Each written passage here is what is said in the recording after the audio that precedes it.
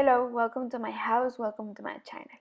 I'm Laura Cepeda, and if you didn't know, well, before I started making videos, I participated in some of magazines where I share different projects like this one, and I become a little famous when I share garments made with fingers like this one.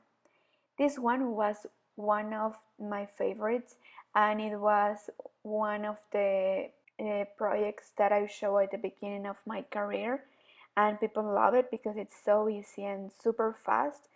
I will show you how you can make this. I will give you the material list we will need, and we are going to need 300 grams of Borreguito. This is a bulky yarn. And to decorate this cardigan, we are going to use wooden button. And if you can with your finger, well, you are going to need a crochet hook of number 12 or 15. Well, so let's start. Remember that if you want to buy and use the same materials that I use in all my videos, you can visit my online store www.lauracepeda.es.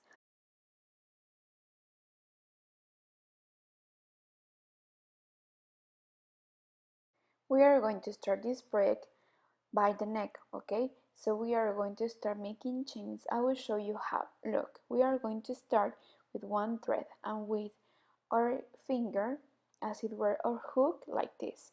I will do it slowly so you can see how it is.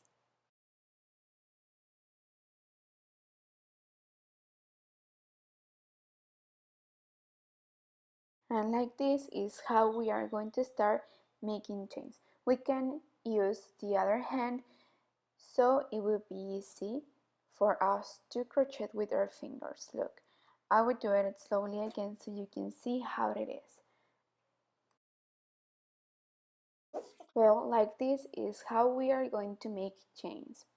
Okay, remember that we have to make them loose because when we came back our finger has to fit on it.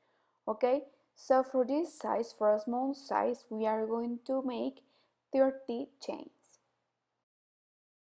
After the 30 chains for a small size, we are going to make one more, and then we are going to come back. We are going to take both parts of the chain and we are going to insert our finger here.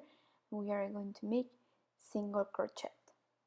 I will do it again so you can see how it is, because sometimes we get confused exactly where we have to insert our finger. So we are going to insert our finger here and we are going to make single crochet. And we are going to continue like this the whole row. If we made 30 chains, well, we have to make 30 single crochets.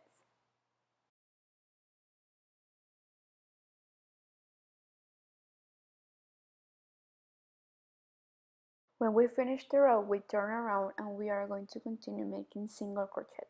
In the first stitch, we are going to make single crochet right away, and we are going to continue like this for 3 rows more. At the end of the 3 rows, we are going to turn around and then we are going to increase in this row. We are going to start the 4th row, and look, we are going to make 2 single crochet in each stitch to have at the end 60. We are just going to increase only in this row. So we are going to make 2 single crochets together. Look, I will do it again so you can see how it is. Remember that at the end we will have 60 and will be according how many stitches you make as the base chain. When we finish this, we are going to start making the shoulders. Well, here I finished to make the increased row. Now I'm going to continue making single crochet, and now without increase, remember that we only going to make 1 row. Now I'm going to make 1 single crochet in each stitch. I'm going to continue making the same until we have 9 rows. Well, I will show you how we are going to count the rows. Here is where we increased. Here is the row where we increased. 1, 2, 3, 4, 5, 6, 7, 8, and 9. Well, now that we finished the 9 rows, we are going to divide to make the armhole. Remember that if you are making this cardigan for a bigger size, you are going to make more rows. Here I'm going to divide exactly in half, like this, so be careful. And here until the half of the project, I'm going to use a marker to point it out. Remember that you can buy these markers in my online store. Here I will leave the address. Well, then, once we divided the project in two parts, we are going to take the quarter of this project. So here is the fourth part of this project. Now we are going to divide it into the half again, and here it is. Here is the armhole of our project, and again we are going to point it out using a marker like this one. So this will be the armhole, and we are going to make the same in the other side. Remember that this technique is for all the projects that you are going to make.